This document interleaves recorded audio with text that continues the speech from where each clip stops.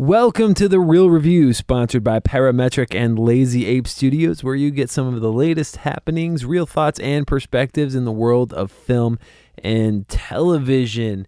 And this is our Coming Soon and News segment, where we cover all things that are coming out soon in the world of film and news. Like it items says in the name. In the world. The world. And with me, I have Joel Cunningham. Hello. Hello. Hello. How are you, Matt? I'm doing well. I'm excited that we don't have to be divisive on shark films this week. We don't. Yes. We can be divisive together for another film that's coming out. Yes, because we fall on the same side. Yes. With this coming out. They must be still making money with these films, otherwise they would not be releasing them. So there is someone that can be chided softly. But before we dive into that, Joel, why don't you tell the lovely folks at home how they can get connected with us? Awesome. I can definitely do that. We've got a couple simple and cool ways. All of them are on the internet. Interwebs. So the first one is our website, which is realreviewmedia.com. You can check out what we've got going on there. We're always posting good content. We have our newsletter that you can sign up for as well. Then in addition to that, we have our Facebook page, which is facebook.com/realreviewmedia. And again, we're posting really cool, fun stuff up there. And it's a great way to get connected to us and talk directly to us. Yes. We love to hear your comments and thoughts on the episodes on there. And then additionally, we've got our Twitter and our Insta, right? Twinstagram. The Twinstagrams. Insta. Yeah, and you can find us at Real Review Media on both of those platforms. And then lastly, we love hearing from you guys. We love hearing your thoughts, and especially with this segment where we're talking about news and coming soon stuff, we'd love to hear any news you are looking at, any shows or movies, I should say, that you're looking forward to coming out soon. We'd love to hear from you, which you can reach us at on our email, at realreviewmedia@gmail.com. Yeah, so do it. There you go. It's important. Super duper important. So let's go ahead and shapeshift into this next segment. I wish I had a sound effects button board, because I would do that.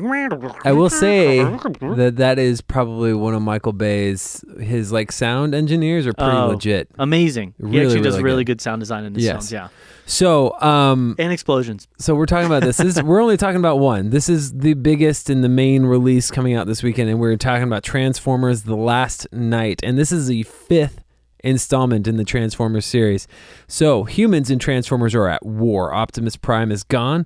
The key to saving our future lies buried in the secrets of the past, in the hidden history of Transformers on Earth. And this is directed by Michael Bay. No one else. Yes. And stars Mark Wahlberg, Anthony Hopkins, Josh Duhamel, Laura Haddock, Santiago Cabrera, Stanley Tucci again, and a number of other people as well. And it's going to be a grand old time. Well, probably not. Probably not. It's probably going to be very similar to the last 3.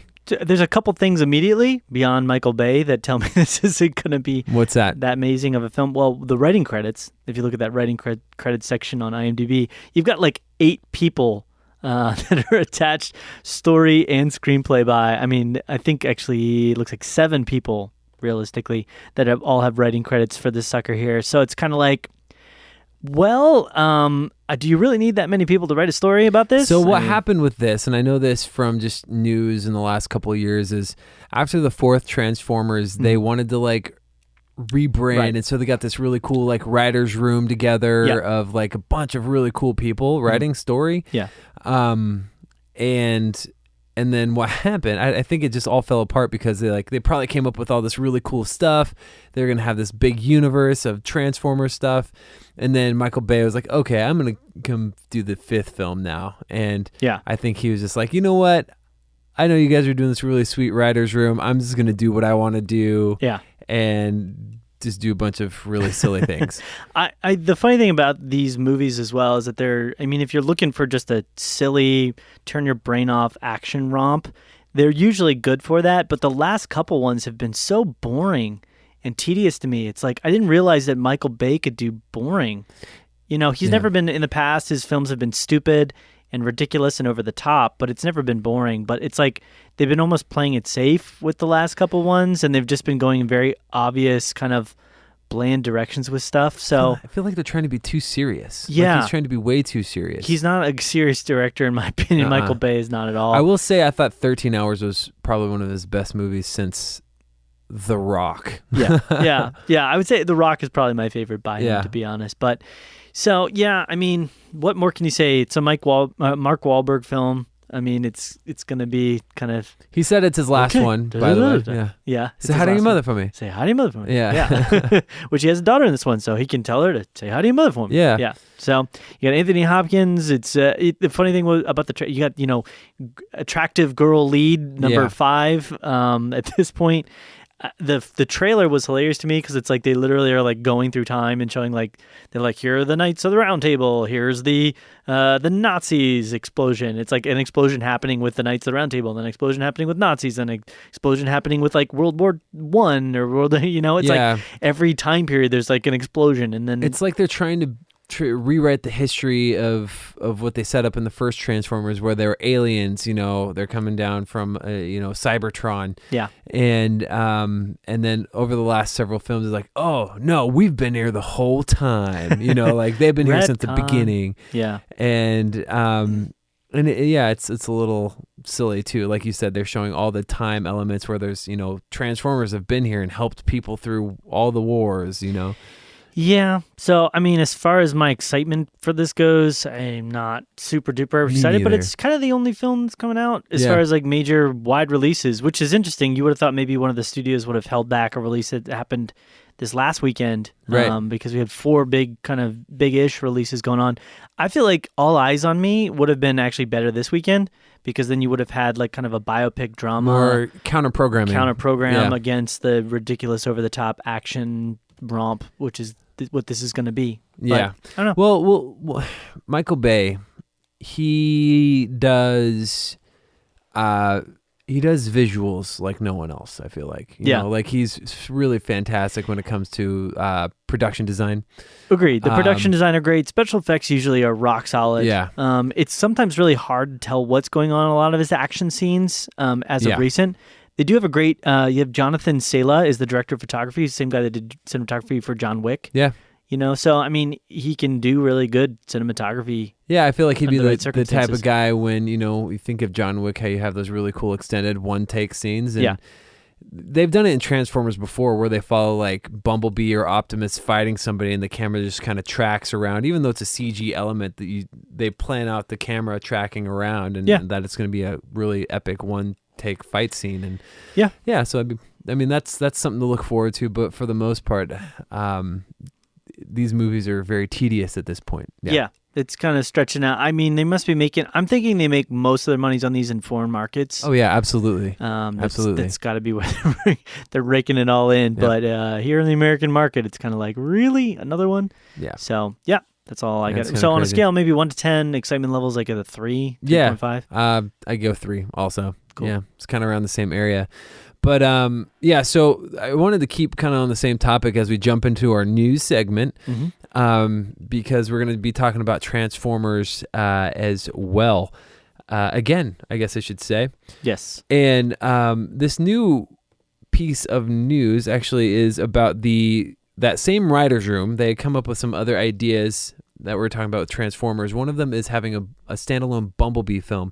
Mm-hmm. We actually just got some more news on that, and it's going to be a Bumblebee film that takes place in the 80s, and it's going to be directed by Travis DeKnight, I believe. Yeah.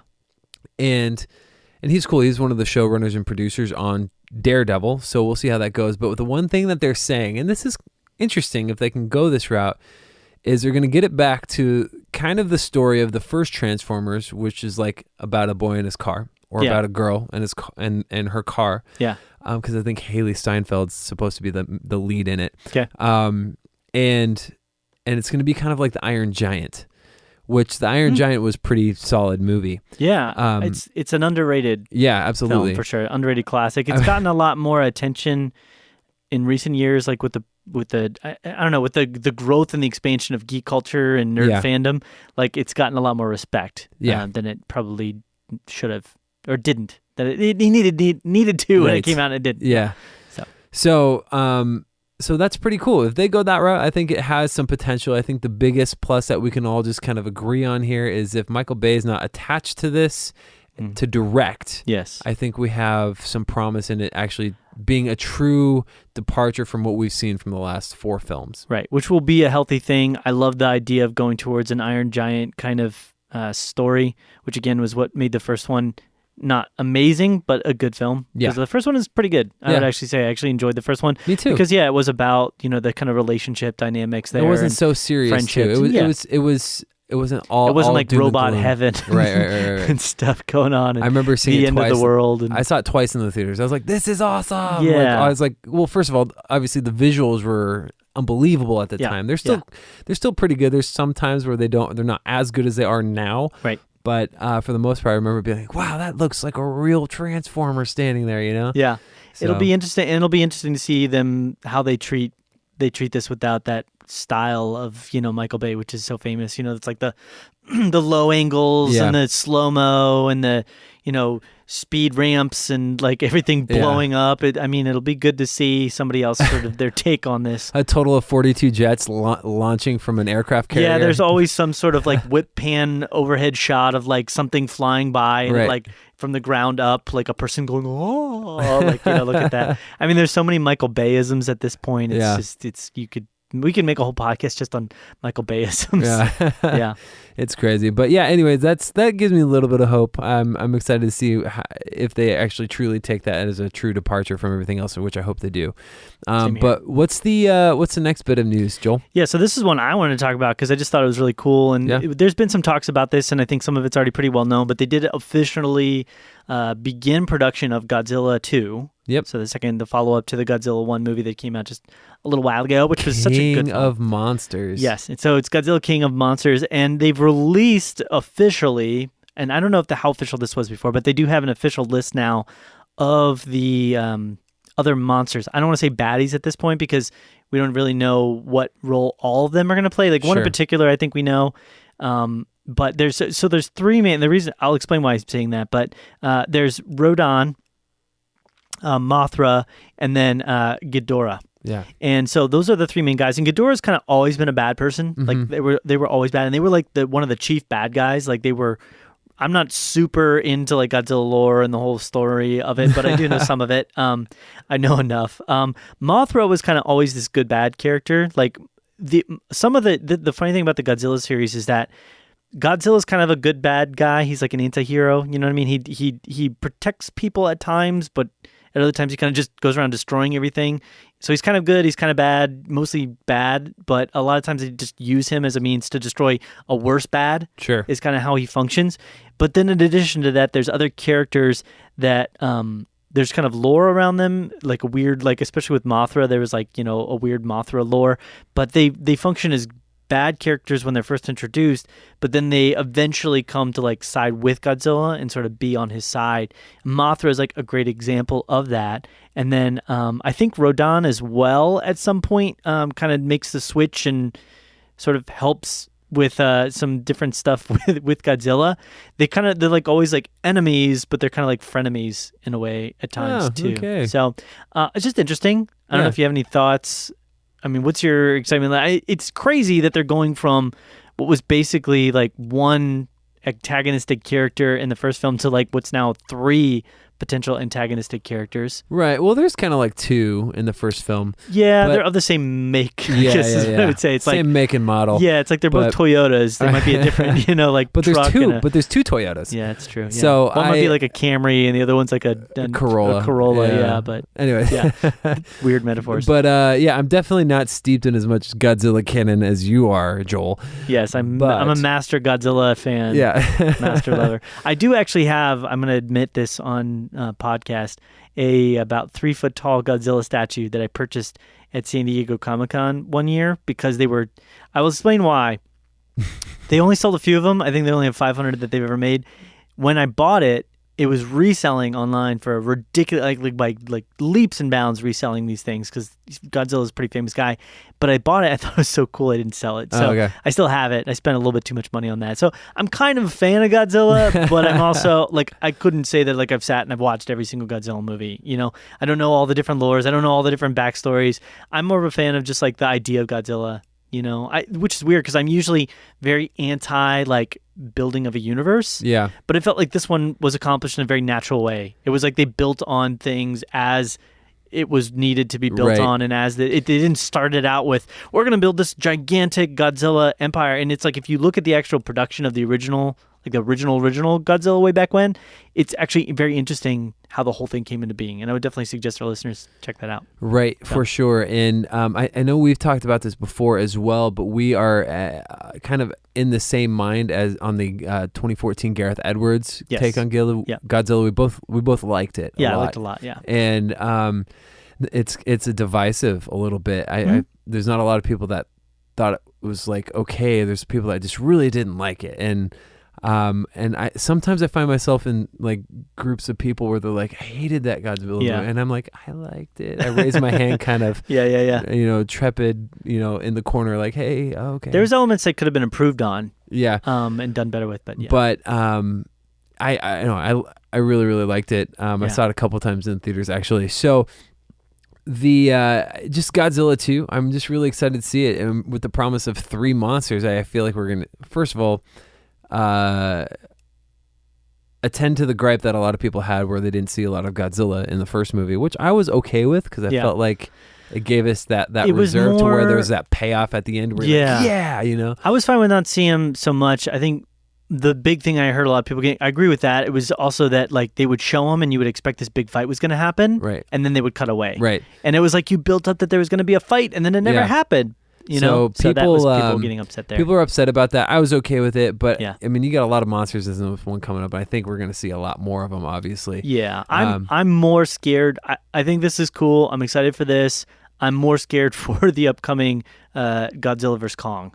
Right. Considering how horrible Kong was for me, I'm really concerned about what that's going to look like. Yeah, I thought it was okay. I wasn't a huge fan of it though either. So I'm a little bit hesitant with Michael Dougherty doing this movie. Yeah. I did not like Krampus. Krampus I actually did watch. You have to be in a certain mood to enjoy that movie. It's a weird movie. You know what I mean? It is a weird movie. Because I thought it was cool for the first half until some weird stuff started happening in the middle. I was like, but they did really good at tone. So maybe that'll be right. Maybe that'll actually transfer really well because tone and theme. That's one of those horror movies that actually has a pretty strong theme. Right. So tone, it was very like cold and you're like, ew, this is not a good atmosphere. Like you felt that in the movie. Right. So hopefully if that transfers over, I think we'll be just fine. Yeah. Might have a Godzilla horror movie on another thing I want to talk about real quick, and I know this doesn't really fit here entirely perfectly, but I want to bring it up. This is like our miscellaneous bag of whatever to another talk news about. item that I really like because we both like the John Wick movies. Yes. And so Chad Stahelski, who was on board for the first one, who co-directed and then primarily took the reins for John Wick 2. Yep.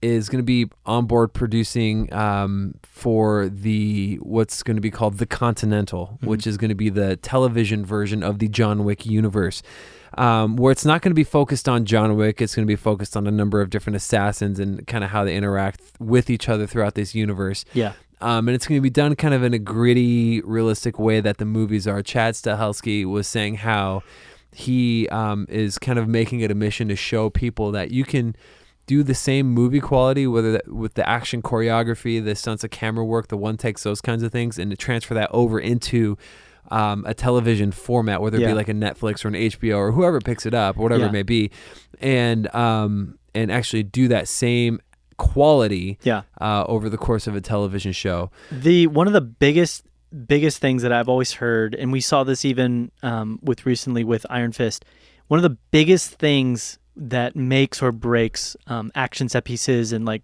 hand-to-hand fights and stuff like that is what the amount of prep and work that goes into filming and creating those shots. For sure. Less than just what's happening in them. Like the choreography and everything is very important, but the actors need time to get that choreography for the fight scene and to figure out how that's going to work. Yeah. The camera operators need time to figure out like best placement for different types of shots and different types of setups.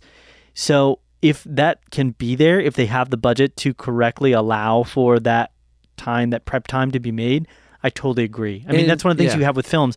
Some of these actors are practicing their fights and their scenes and their action for months in advance with specialized trainers and everything like that. But like with Iron Fist, they talked about the guy had like a lot of times 15 minutes to prepare for fight scenes, and it shows. Yeah. I mean, a lot of them are very bland and stupid, and they don't feel very intense. Right. So, yeah. So like you said, I mean, Keanu would be there for months practicing his scenes, especially on those. I mean, there's a lot of choreography that goes into it, not just like, I mean, obviously there's not really any dialogue when it's he's like fighting. a dance, you know? Right, but he's got to remember where to be, what he's got to grab, he's got to duck, there's bullets flying, he's got to do all these little things and remember all these things. It takes months to prepare. Absolutely. So I think if they do it in a sense where they're like, hey, you know, let's have a 6-episode first season. And the good news is that John Wick, both films still didn't really operate on that big of a budget, you know? Right. So I think they could scale it back and not focus so much on some of the like grand or like the regal environments that they might have been in. I would definitely encourage people like what you're saying, go watch the behind the scenes footage of they did a really great behind the scenes for John Wick 2. And they showed a lot of the production of the fight scenes and how he's running around and shooting people, and a lot of it is just Steadicam. They had a simple lighting set up, and it's just a guy with the Steadicam, his assistant there to help pull focus and everything, and then he's just walking around shooting people, and it's a choreographed, like I said, it's like a choreographed dance. Goes over here, does this move, takes that guy down, shoots him in the head, moves on, goes over here, and the Steadicam is just following him around the whole time. So you think it's going to be like this huge production with like all these people and rigs and it's like, no, it's just like two guys with a camera, you know? So yeah, I agree. Those if you're gonna have them do it, and there's more to it than that, don't get me wrong, but like that's the basic chunk of it, you know? So I think I don't know how much Stahelski is going to be involved in the day-to-day to like director side of it. He's actually already started work on his stuff for John Wick 3. So we'll John see. Wickier. Yeah. John the Wickiest. Yeah. John Wikipedia. John Wickier as I fled from a park at the end. Exactly.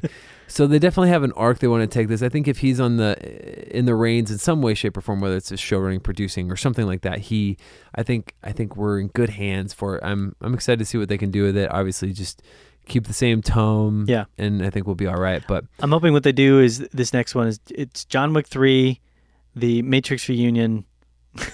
They bring in all the Matrix people from Carrie-Anne Moss shows up. Exactly. Starts going, "You're the one, John Wick, you're the one." And then Keanu.